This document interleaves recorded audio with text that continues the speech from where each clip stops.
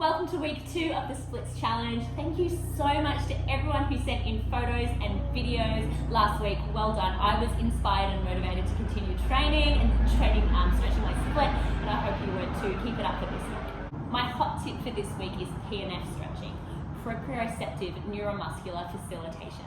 It's basically a contract and release method of stretching. I'm going to run you through quickly how to do a simple PNF stretch. So once I've warmed up, I'm going to hop into my split.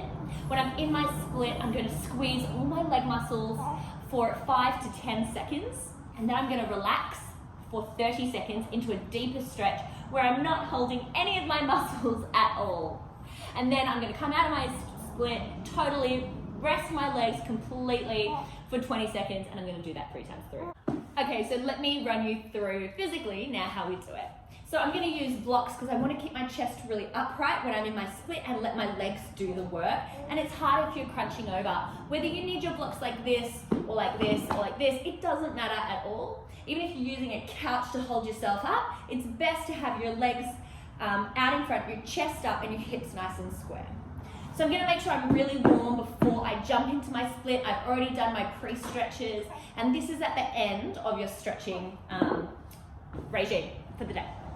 So I'm going to jump into my split. I'm going to find that end range where I am. So make sure that, I'm not up the top. I'm feeling like, yes, I'm in a good stretch here. And then once I'm in that position where I feel like, yeah, I'm in a good stretch, I'm going to start to point my toes. I'm going to squeeze my quads. I'm going to squeeze my hammies. I'm going to squeeze my calf, my toes. I'm going to prop myself upright so I'm getting a nice stretch in the back hip as well. And I'm going to squeeze for 5 to 10 seconds. I like 6 seconds. It's manageable. So I'm going to squeeze for 6. I'm going to try to pull my legs up as tight as I can. 5, 4, squeeze, squeeze, squeeze. 4, 3, 2, 1. And then I release down and I hold this for 30 seconds. I release down, I release all the tension through my quads, through my hammies, through my calves, through my toes. And I want to come into a passive stretch here and just let the weight of my body take me down. I do have tension through my arms here because I'm holding myself up a little bit so that I don't fall too deep into my stretch where it's painful or really uncomfortable. Of course, stretching is uncomfortable, but you don't want to push too far. So I'm still holding myself up a tiny bit just to make sure that I'm going safe. So I'm going to hold this now, this passive static stretch for 30 seconds.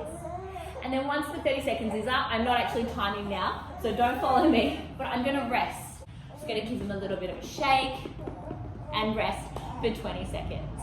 Once I've rested for 20 seconds on the same leg, I'm going to repeat this again. And I'm going to do it 3 times through. So a few things about PNF stretching. 1, make sure you're really warm before you start.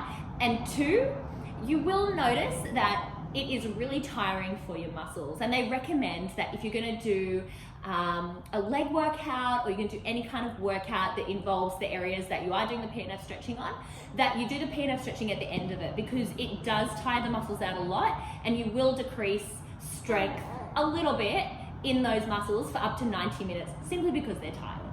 Hope that helps you for this week. Can't wait to see your improvements. Make sure you post up your photo underneath this video on the Shed Pole Dancers page.